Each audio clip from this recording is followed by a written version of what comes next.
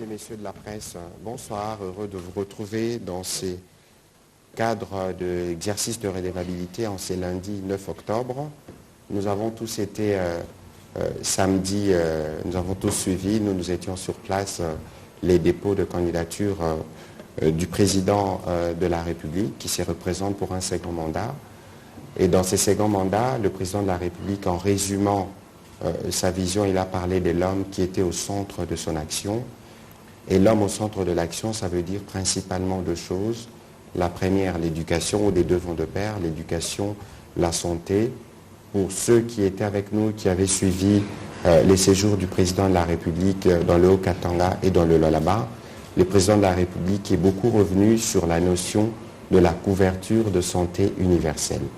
Ce soir, nous voulons faire un focus sur ces sujets parce que c'est un concept que nous avons beaucoup entendu, mais peut-être que tout le monde n'a pas compris comment cela va se faire, comment cela va s'implémenter.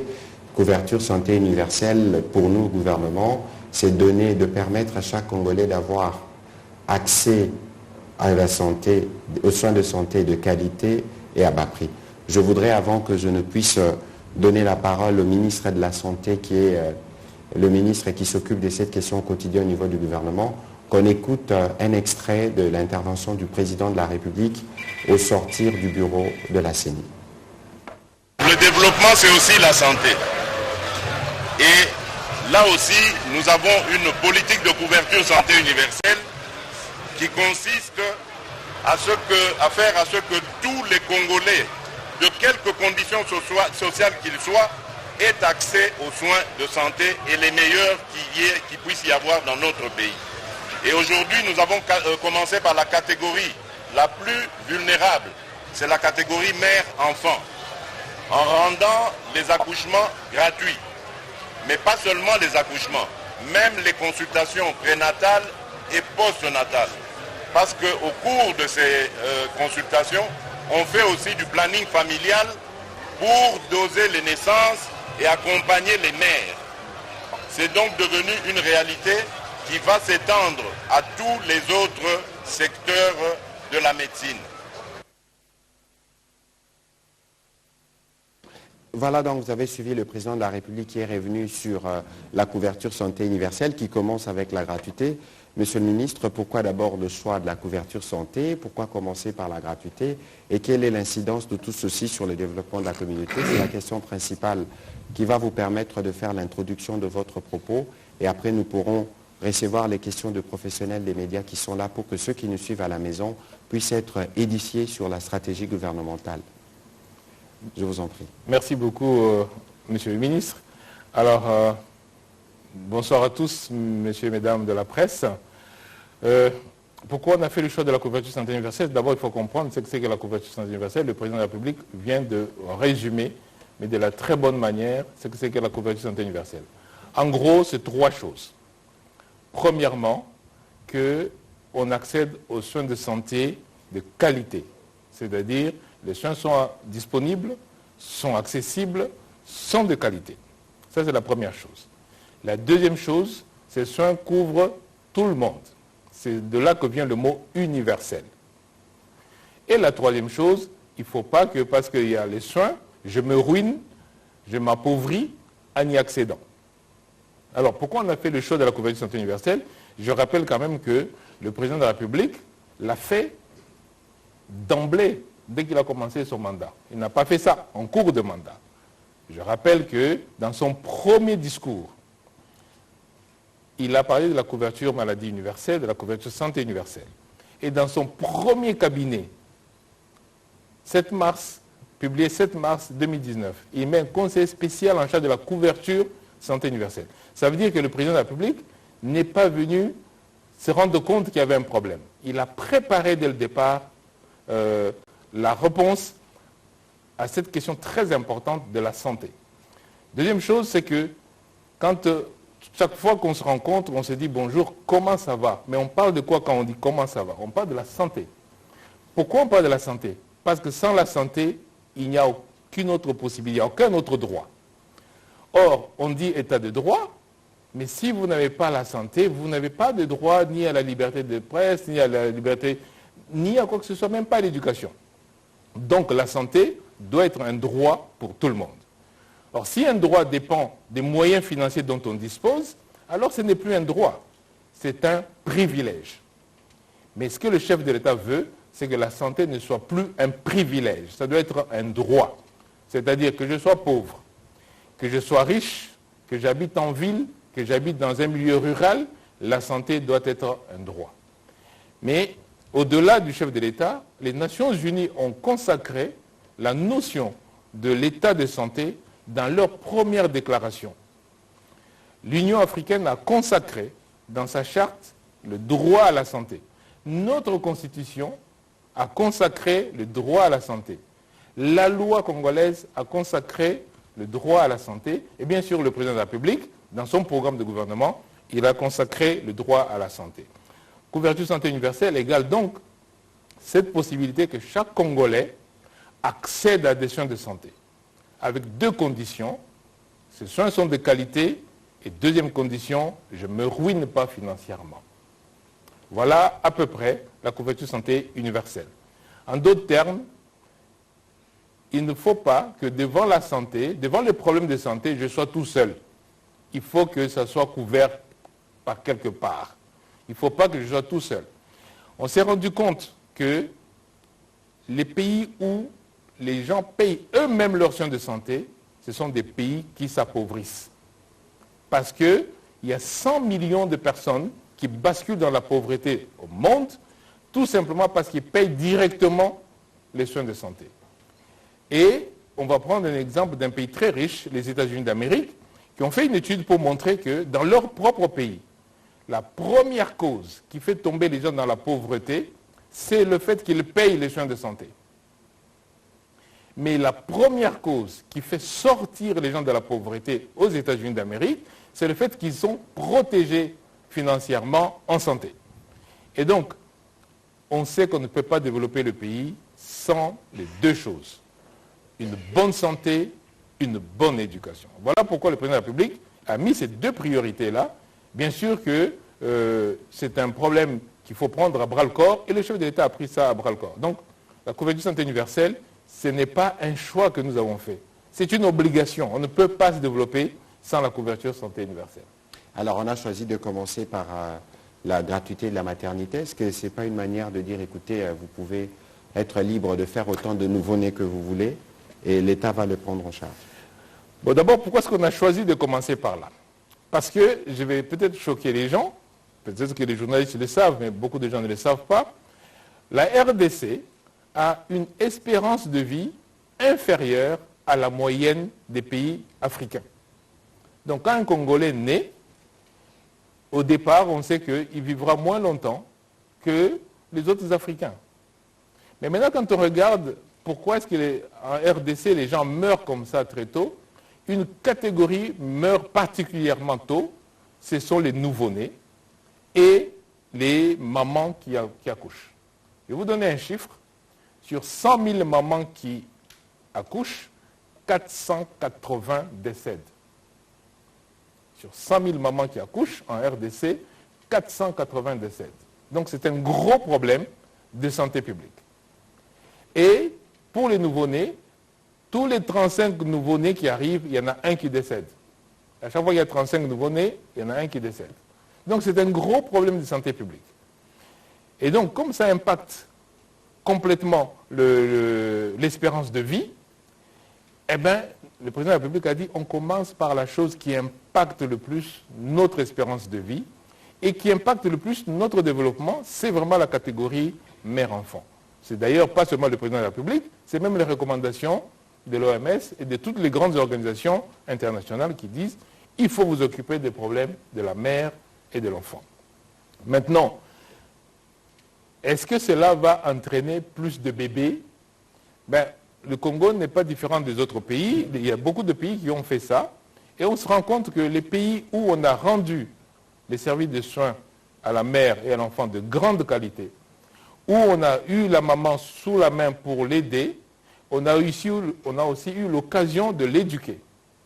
Parce que parfois on regarde seulement les gens qui accouchent ici, mais il faut imaginer dans les milieux ruraux parfois, une jeune femme qui accouche à 15 ans, le bébé est né, 3 mois, 4 mois après, 5 mois après, elle est encore enceinte. Mais parce qu'elle est toute seule, il n'y a personne pour l'accompagner.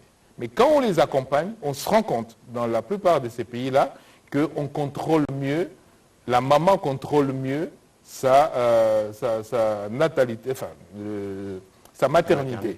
Et donc, finalement, c'est l'inverse qu'on voit. On voit souvent que le nombre de naissances est mieux contrôlé grâce à ça. Donc, on a la maman sous la main, on lui donne des soins de qualité, on l'éduque, on lui montre par exemple que l'allaitement jusqu'à 6 mois permet que le bébé gagne beaucoup.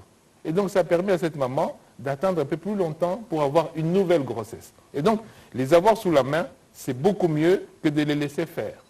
Et d'ailleurs, de toutes les façons, pour l'instant, tant que vous ne faites rien, les bébés naissent. Donc, c'est mieux de les avoir sous la main et de pouvoir les aider. Donc, c'est une question qui n'est pas...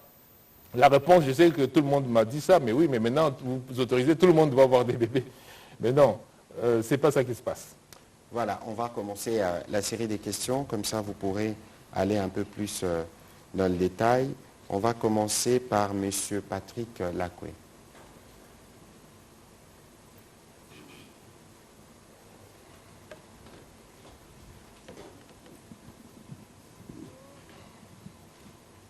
Merci, Excellence. 2 questions. Dans ce que vous venez de dire, Excellence, vous avez parlé de la gratuité de la maternité.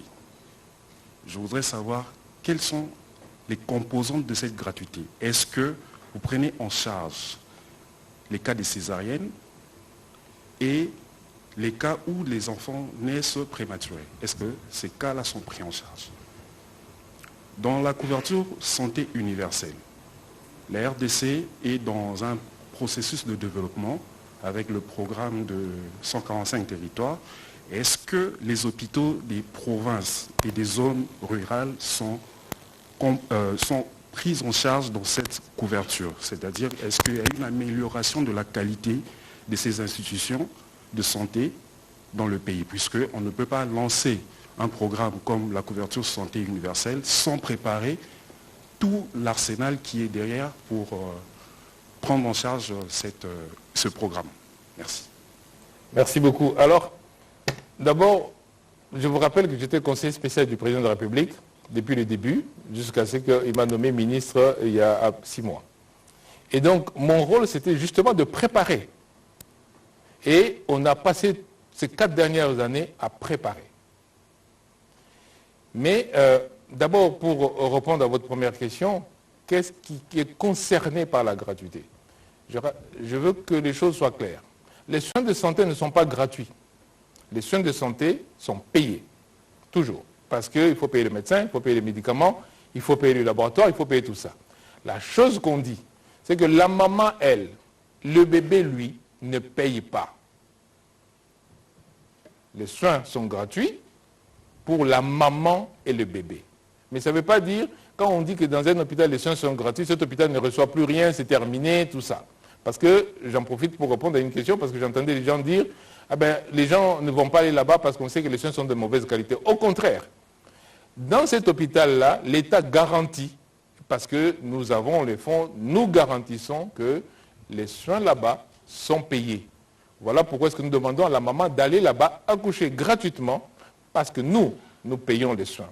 Le président de la République a décidé que la maman et le bébé doivent être subventionnés. Maintenant, qu'est-ce qui est pris en charge? Eh bien, c'est très simple. À partir du moment où la maman tombe enceinte, on sait qu'elle est enceinte.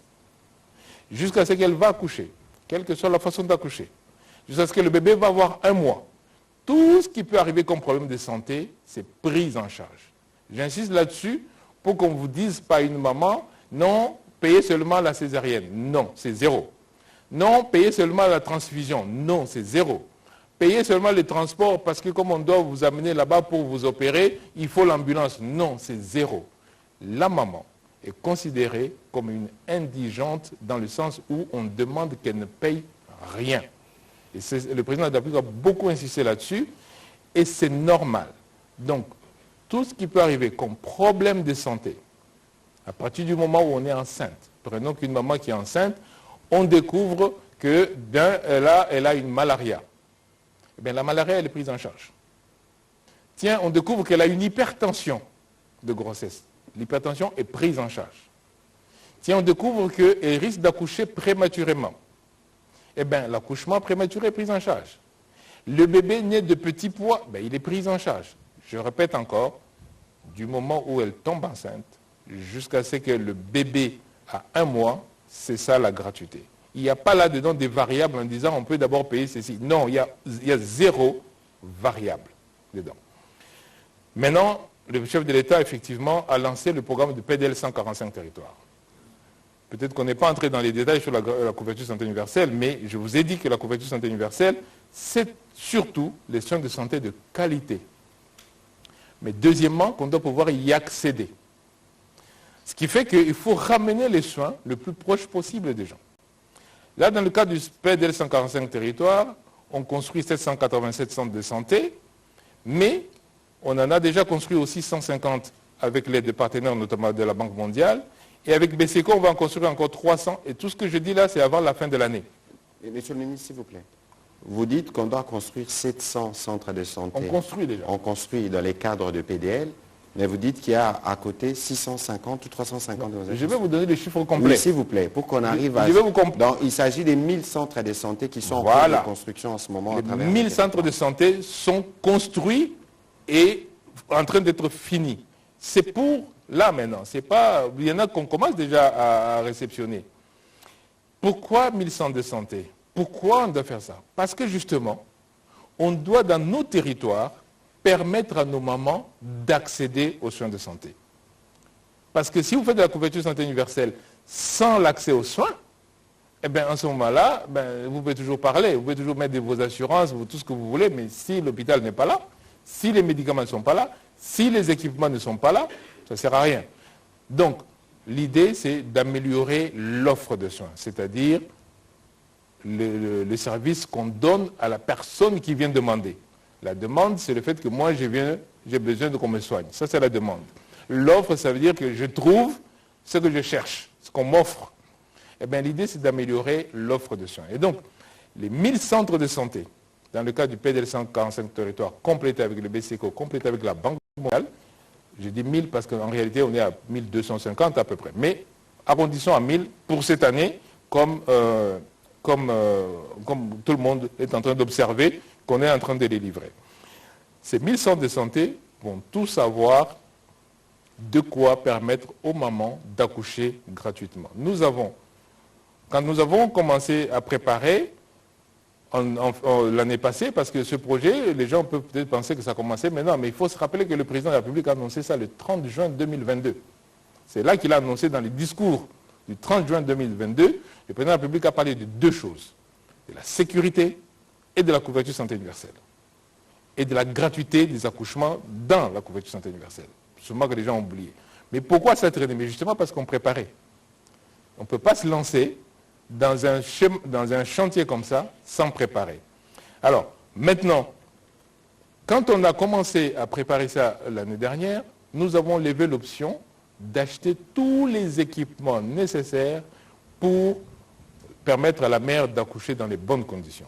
Ainsi donc, on a dans les dépôts ici à Kinshasa, on a au Katanga, ça arrive à Goma et puis à Guémena par quatre voies. On a de quoi équiper 2190 centres de santé, maternité, 2190. Donc on a de quoi équiper. Les médicaments, on a 3 voies. Première voie, nous achetons. La deuxième voie, il y a énormément de programmes ici qui ont des médicaments qui sont nécessaires à la maman et au nouveau-né. Sauf que tout ça est complètement désintégré, chacun fait des choses dans son coin. Mais quand on regarde, je donne un exemple, le paludisme. Le programme du Fonds mondial avec le paludisme, couvre tout le paludisme. Sauf que l'architecture est telle que, malheureusement, on n'en voit pas l'impact. Donc les médicaments, c'est garanti, les équipements, c'est garanti. Il reste les ressources humaines. Les ressources humaines, c'est un vrai problème. Les médecins, les infirmiers et tout ça. Et là, on a 1000 centres de santé, et je vais peut-être annoncer un scoop que les gens vont finir par savoir. Ce qu'on va, et j'ai proposé cela, et je crois que le chef de l'État est assez d'accord avec ça, c'est qu'on va associer les primes à la communauté. Il faut qu'une communauté ait une prime pour dire, moi, chez moi, j'ai besoin d'un médecin. Il faut que le médecin vienne. La prime n'est pas liée au fait qu'il est médecin. La prime est liée au fait qu'il est médecin qui vient travailler chez moi. Pour permettre justement au centre de santé de ne pas être juste des hôpitaux ouverts comme ça et personne n'y va. Donc on va associer... Que la communauté va payer le médecin qui arrive ou l'État va payer le médecin qui la s'engage prime de l'État, oui. Au lieu de la donner au médecin directement, on dit, ok, vous, par exemple, on dit, il y a un médecin pour 10 000 habitants. On dit, là, il y a 100 000 habitants, donc il faut 10 médecins. On dit, ok, on va mettre la prime pour 10 médecins, on met ça là-bas. On demande au médecin, vous voulez une prime? Allez là-bas. Il n'y a pas de problème. Allez là-bas, il y a des primes. Au lieu que la prime soit liée à la personne, la prime doit être liée au travail de la personne. Et le travail, nous le définissons comme le fait qu'une communauté a besoin de ressources humaines. Vous avez besoin de médecins? Ok, vous avez besoin de combien? Nous avons besoin de 5. Eh bien, on prépositionne 5 primes. Au lieu de donner la prime directement au médecin, on dit, il y a 5 primes, allez, vous allez avoir accès. Donc on doit résoudre le problème des équipements, des structures, des ressources humaines et des médicaments. C'est pour ça qu'on a pris beaucoup de temps avant de lancer le projet. Et d'ailleurs, à Lubumbashi, le président de la République a demandé à la ministre d'État, ministre du Plan, d'accélérer le programme d'équipement de centres de santé. On va prendre la question de M. Clément Mwamba.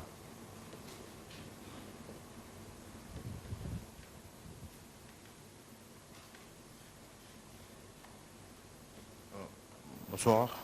Bonsoir. Ouais, j'adresse ma préoccupation au ministre Patrick Mouyaya.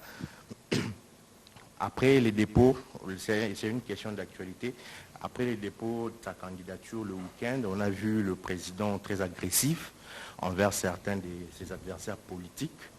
Et après sa sortie médiatique, il y a eu le docteur Mukwege qui a aussi répliqué.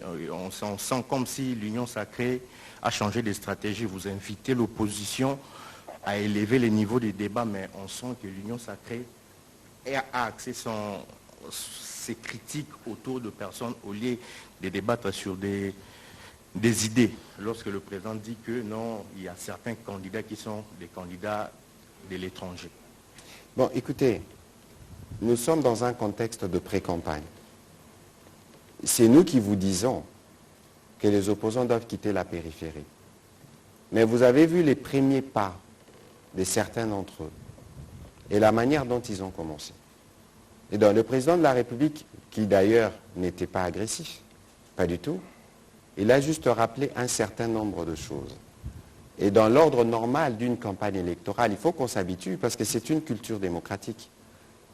Les gens doivent s'habituer à s'attendre que lorsque parfois vous vous hasardez sur des terrains qui sont assez glissants et dangereux, que vous pouvez toujours avoir la riposte ou la réplique. Surtout qu'ici, en l'occurrence, lorsque je regarde les docteurs Mukwege, parce que c'est de lui vont vous parler, je pense que les docteurs auraient fait le choix, comme j'écoutais d'ailleurs Jean-Baptiste Plaka, de rester pour nous tous comme une autorité morale, un prix Nobel chez qui on devait aller même chercher des conseils. Alors, lorsqu'il choisit de venir dans l'arène, il vient, il commet des erreurs. Tout de suite, je ne voudrais pas revenir d'ailleurs sur la question du genre qui est plutôt choquante, mais je considère que le docteur doit être en mesure maintenant qu'il aspire à devenir président de la République, à venir nous challenger.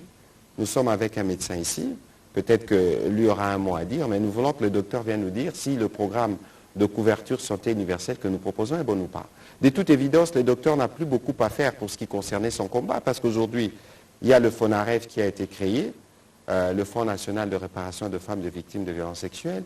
Il y a une direction qui a été mise en place où toutes ces questions-là ont été... Peut-être c'est pour ça qu'il a choisi de devenir candidat, puisque c'est qu'il occupait de manière régulière est prise en charge par l'État qui donne des réponses, parce que nous parlons ici de changement de narratif. Et donc, il faut qu'il... et même dans la réplique à laquelle vous faites allusion, je me rends compte peut-être qu'il n'a pas bien lu l'histoire. Le président de la République, je pense que c'est parmi... il a connu une enfance qui était assez difficile, relégué, contraint à l'exil, etc. Le moment de la campagne arrivera où nous voulons des débats, où nous allons débattre dans le fond sur des sujets. Mais ici, il faut considérer que des choses devaient être recadrées et que les uns les autres comprennent que les débats politiques doivent porter pour eux sur les choix que nous avons faits. Parce que quoi qu'il en soit, ils rêvent justement d'arriver là où nous sommes, ils hériteront de ce que nous, on aura légué. J'ai vu que dans les premiers pas du docteur, il y a eu des erreurs, notamment sur le dossier des Primeras. Nous l'avons suivi ici. Le conseil que je peux lui suggérer, avec toute humilité, c'est comme je le disais dans le Haut-Katanga, c'est de beaucoup lire dans ce que nous avons fait. Parce qu'il sera jugé plus durement que tous les autres. Parce que lui, il s'était mis dans un piédestal et il avait la prétention d'avoir suffisamment d'autorité pour aborder un certain nombre de sujets. Il faudrait qu'à chaque prise de parole, en tout cas de lui, il faut qu'on écoute des choses qui peuvent nous aider à avancer. Auquel cas, le peuple en jugera le moment venu. Alors, docteur, est-ce que vous avez un petit commentaire à faire sur ces sujets? Oh non, sur le candidat qui viendrait s'opposer au président, je n'ai pas beaucoup de commentaires, si ce n'est que nous délivrons la politique que le président de la République a décidé d'implémenter dès le départ. Et l'être humain au centre, c'est-à-dire le capital humain, c'est la chose que nous pouvons démontrer. Si on prend la gratuité de l'enseignement, combien d'enfants on a remis à l'école, en sachant qu'on va améliorer progressivement la qualité de cette école-là, mais déjà, c'est un mouvement formidable. Pour la santé, je viens de le dire, et je suis en train de le dire là, qui est la deuxième composante, si ce n'est pas la composante la plus importante du capital humain, c'est la santé. Si vous laissez nos mamans dans les conditions où nous les avons trouvées, depuis des années, si nous laissons nos enfants dans la malnutrition chronique dans laquelle nous les avons trouvés, avec plus de 42% d'enfants dans la malnutrition chronique, eh bien, si vous les laissez là-dedans, ben forcément, vous n'allez pas avoir une génération de personnes capables de redresser ce pays. Mais en même temps, aujourd'hui déjà, vous laissez les personnes tomber dans la pauvreté. Donc, je ne peux pas entrer dans le débat que le candidat a commencé, si ce n'est vous dire que nous avons une réponse très structurée de la politique du chef de l'État que nous déclinons. Donc voilà, on va prendre la question de Jordan Maïnikini.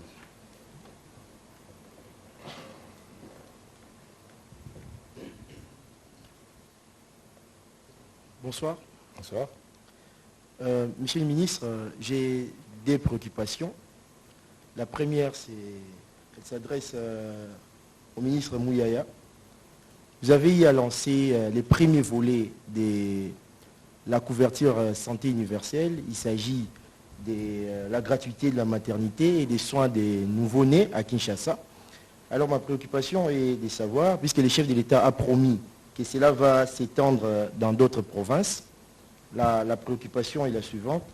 Est-ce qu'avec les budgets actuels du pays, ça va permettre la matérialisation de la gratuité de la maternité et des soins des nouveau-nés, avec les phénomènes de dépassement budgétaire qui vient de refaire surface? Et puis une autre question au ministre de la Santé. J'aimerais savoir les chronogrammes complets de la mise en œuvre de la couverture santé universelle. Est-ce que le processus va s'étendre sur combien d'années exactement pour arriver à une couverture santé universelle complète? Je crois que les deux questions, vous auriez pu les destiner au ministre de la Santé, mais puisque vous me posez la question, pourquoi on commence par Kinshasa? Parce qu'à Kinshasa, il y a, si, docteur, j'ai bien entendu, 600 000 nouveau-nés par an. Et que c'est à Kinshasa qu'il y a le plus fort taux de mortalité.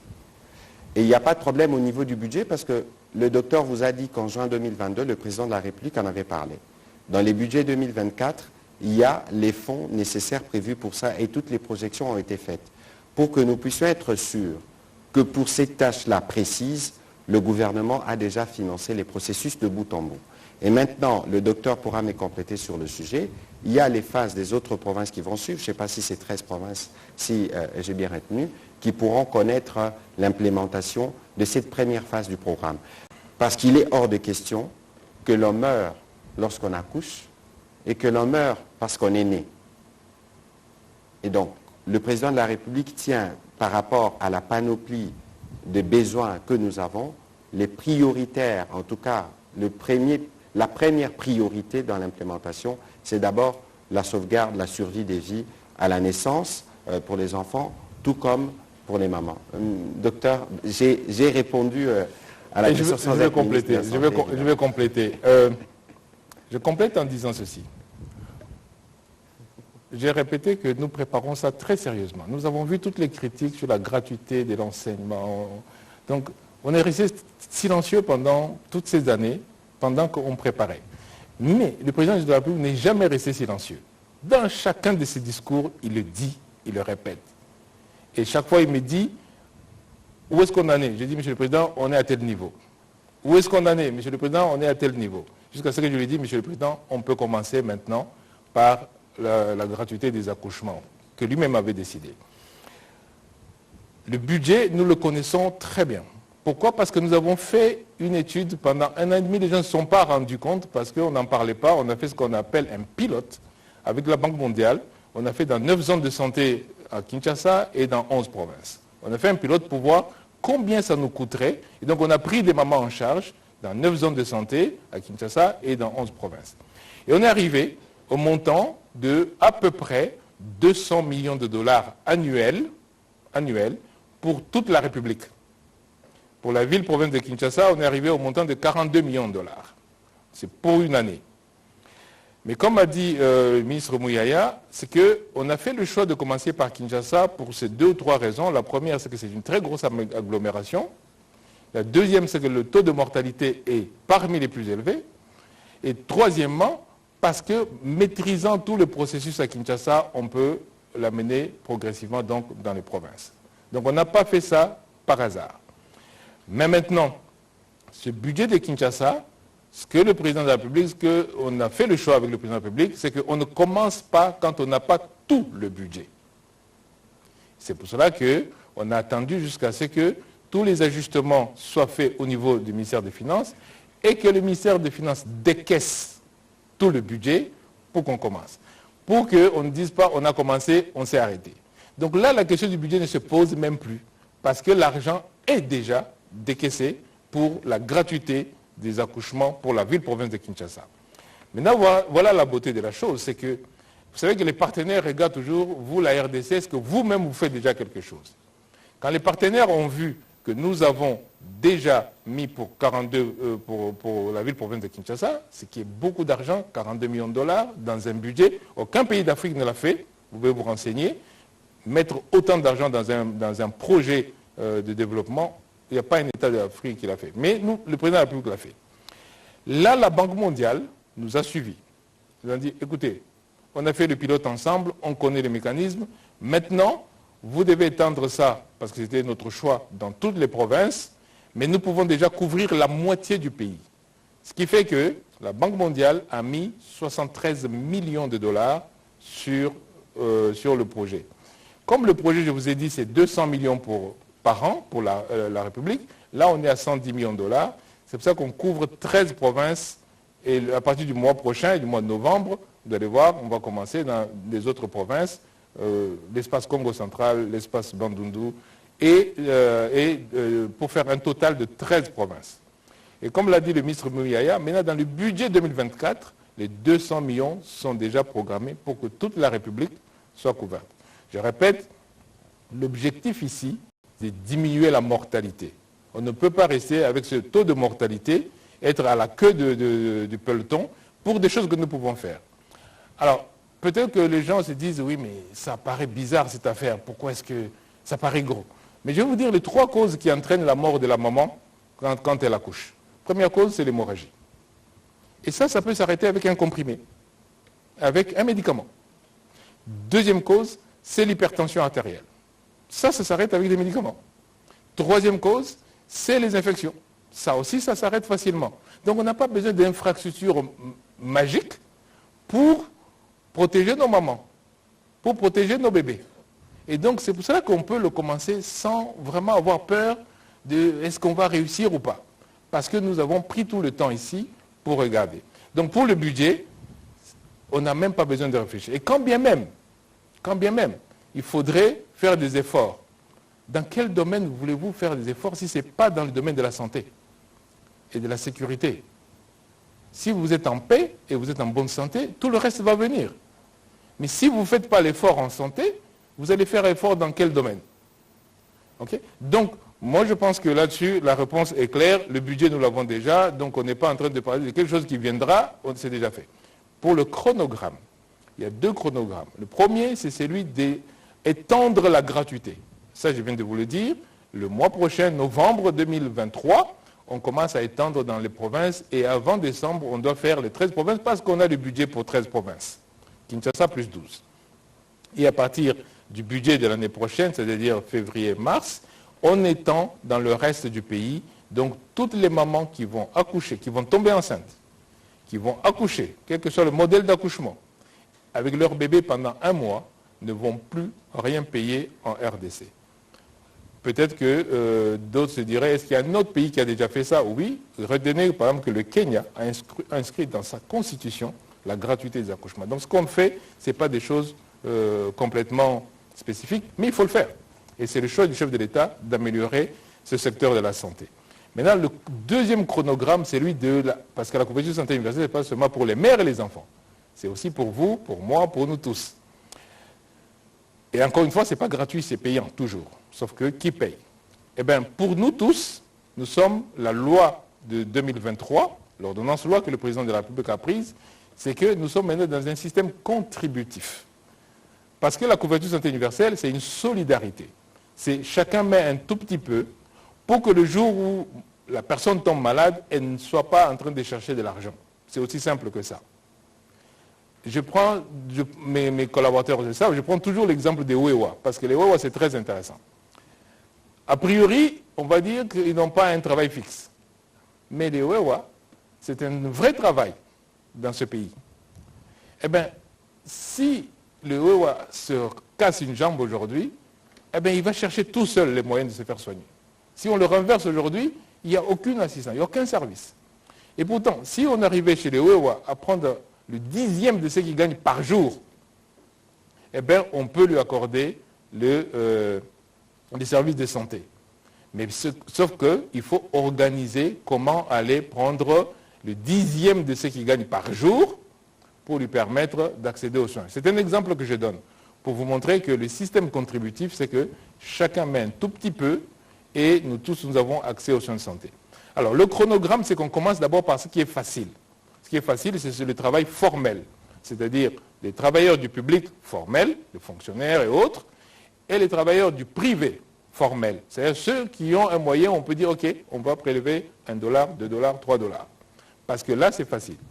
Et le troisième temps, c'est les informels, comme les Wewa, parce que là, il faut trouver des mécanismes de financement innovants pour aller prendre de l'argent chez eux. Donc le chronogramme, c'est, pour la gratuité de la maternité, c'est commencer, on va l'étendre pour que 2024, tout le monde soit couvert. Pour tout le reste, on passe par 2 étapes. La première, le Premier ministre prend un décret pour décider qu'est-ce qu'on offre comme de soins de santé aux gens, ce qu'on appelle le paquet de soins. Le Premier ministre prend un décret, dit, ok, ce paquet de soins-là, nous le calculons, nous avons déjà une idée. Et maintenant, quand nous avons calculé, nous disons maintenant au ministre des Finances, au ministre du Budget, voici ce qu'on doit prélever chez chacun pour que nous tous nous accédions aux soins de santé. Ça se décline progressivement et on commence en 2024 pour cela. Mais pour vous résumer, Monsieur le Ministre, on va prépayer le soin de santé. Oui. Ça veut dire que lorsque vous aurez contribué, parce que le système est contributif, vous êtes malade, vous allez à l'hôpital Mamaï Moderne bientôt, d'ailleurs on aura l'occasion de faire un tour avec vous. On va inaugurer d'ailleurs. Voilà, dès que vous arrivez, vous présentez votre carte et on vous prend en charge totalement sans sortir un seul dollar de vos poches. Et donc la couverture de santé universelle, c'est comme le mot de prépaiement pour nos téléphones portables. C'est vraiment du système prépayé. On va prendre la question de Madame Pamela Amunazo.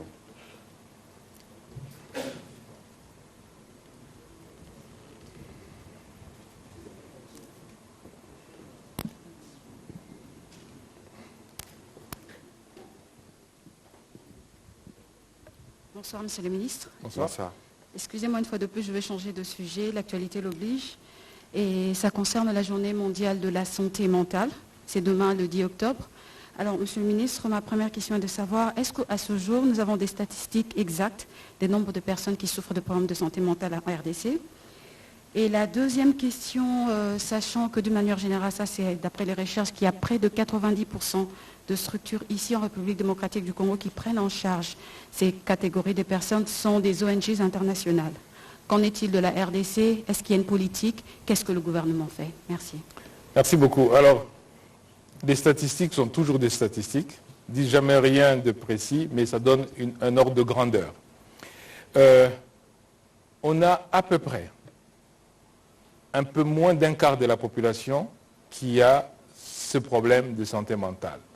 Alors, il faut bien qu'on s'entende bien de quoi on parle, parce qu'il ne faut pas que les gens commencent à croire qu'on parle de fous. Nous parlons du bien-être total, de l'équilibre de la personne, aussi bien physique que mental. Quand l'équilibre mental, le stress, les angoisses, tous ces soucis-là sont des problèmes de santé mentale. Et ce n'est pas de la folie. Donc il faut déjà qu'on sache de quoi on parle avant d'adresser la question. Donc, le problème de troubles qui sont liés au manque d'équilibre santé mentale touche à peu près 20% de la population. Donc c'est beaucoup de personnes. Maintenant, vous comprenez que ce sont des degrés divers. Ce n'est pas la même chose du tout, quelqu'un qui est dans la dépression versus quelqu'un qui est angoissé. Ce n'est pas du tout la même chose. Donc, vraiment, c'est des questions sur lesquelles on essaye d'être ferme pour dire c'est un vrai problème, mais d'être relatif aussi pour dire attention, ne confondons pas de quoi on parle. Maintenant, c'est aussi vrai que c'est des problèmes que nous n'avons pas beaucoup sanctuarisés dans notre réponse sanitaire. Souvent, on répond à ce qui est physique, facile à voir. La température, c'est facile. J'ai fait de la fièvre. La fracture, c'est facile. L'hémorragie, c'est facile. Ces choses-là, c'est facile à diagnostiquer et donc c'est facile à traiter. La santé mentale, on est dans une phase où on a besoin de beaucoup d'interactions, ce qui prend beaucoup de temps dans la prise en charge, mais c'est aussi ce qui fait que finalement, l'investissement est souvent faible. Mais quand vous parlez des ONG internationales, et vous faites très bien d'en parler, et ça me permet de revenir à une question fondamentale, parce que j'entends les gens parler du chef de l'État par rapport à la santé, je vous rappelle une chose. Depuis notre indépendance, dans ce pays, on n'a pas construit un seul hôpital public. On n'a pas construit, je le répète bien, depuis l'indépendance.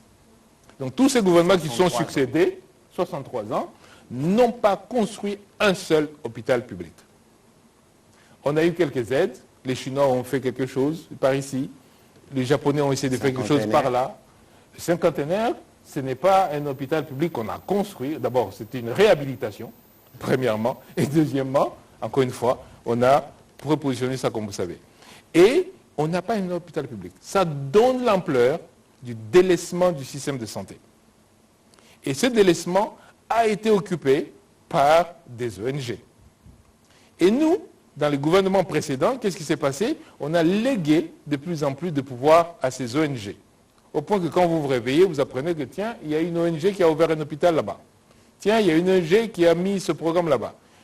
Mais d'ailleurs, quand on regarde de manière assez pointue, on se rend compte que la plupart des ONG sont dans certains territoires, surtout à l'Est. Très peu au centre, un peu à Kinshasa. Il y a peut-être une autre raison que vraiment de la charité pour s'occuper de nos populations. Mais bon, en tout cas, ce sont des ONG, mais c'est parce que nous avons été un gouvernement, le pays a démissionné dans la santé pendant des années. Je répète que c'est pour ça que le président, dans son premier discours, a parlé de ça, parce qu'avant, on en parlait, on travaillait avec le président de la République avant qu'il soit président sur ces dossiers-là. C'est comme ça qu'il savait, dès qu'il est arrivé, il a dit non, ça c'est un problème qu'on doit régler. C'est pour ça qu'on parle de fondation aujourd'hui. C'est pour ça qu'on parle de fondation. Et pourquoi est-ce qu'on fait les centres de santé?